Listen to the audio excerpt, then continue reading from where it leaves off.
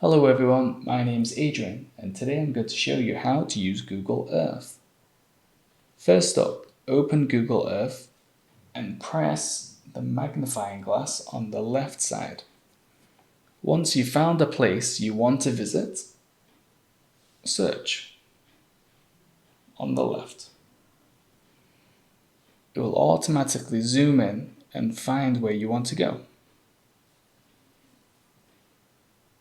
So this is the London Eye. We're going to learn a little bit about the London Eye and how to get there.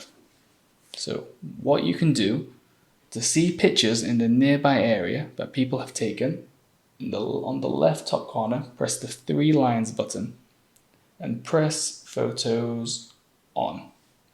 Once it's on, you're able to find photos that people have taken in the nearby area. So, how do we get to the London Eye?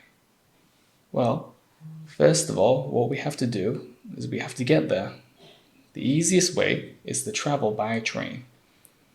This is the Waterloo station. It's a very famous station in London.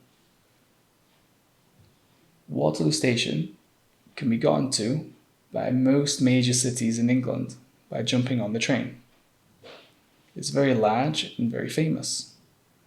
It's considered one of the most busiest train stations in England. So, once you get off the Waterloo train station, how do you get to the London Eye? If you follow the path down and across, you can get there quite easily. It's very short. So what can you do before you go on the London Eye? There are a few places nearby. There's this place here called the Wonderground. It has some attractions, such as a big wheel, Ferris wheel that you can ride on. And it has some places to eat, games to play. And nearby is a large park called the Jubilee Gardens. Here, you can play on wooden blocks, you can have a nice view of the wheel, you can relax, you can play, and it's a nice environment to be with your parents. And very close is the London Eye. The London Eye is considered one of the largest wheels in the world. You can visit and you can get on the London Eye, but it takes a long time for it to make a complete circle. While on the London Eye, you can have a nice view of the surrounding area. So for example, you're able to see many famous landmarks from England, such as Big Ben. Once you've finished, you can see other nearby places.